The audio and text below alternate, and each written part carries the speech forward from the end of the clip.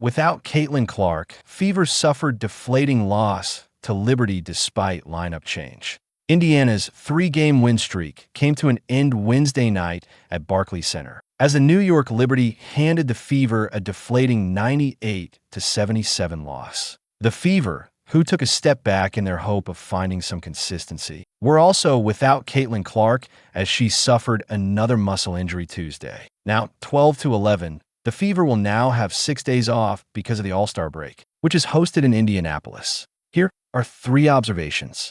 Liberty control from first quarter on. It was never much of a game, and that could have been for a multitude of reasons. Indiana was on the second night of a back-to-back, unexpectedly down their star point guard on a day's notice, and had barely any time to prep for the reigning champion. And that turned into a wire-to-wire dominant Liberty win. New York built its lead methodically throughout the first half, leading by 8 points after the first quarter and by 15 in halftime. The Liberty shot a scorching 58% from the field in the first half, compared to Indiana's 32%. Most of the time, teams will cool down after a first half of shooting like that. But the Liberty kept their foot on the gas all 4 quarters, finishing the game by shooting 57.8% from the field. Caitlin Clark sits out with new injury. Clark missed her 10th game of the season, 11th if you count the Commissioner's Cup final, after suffering a right groin injury on Tuesday against the Connecticut Sun. Clark was in visible discomfort with about 30 seconds left in the game on Tuesday, grabbing near her groin area and walking off the floor in tears.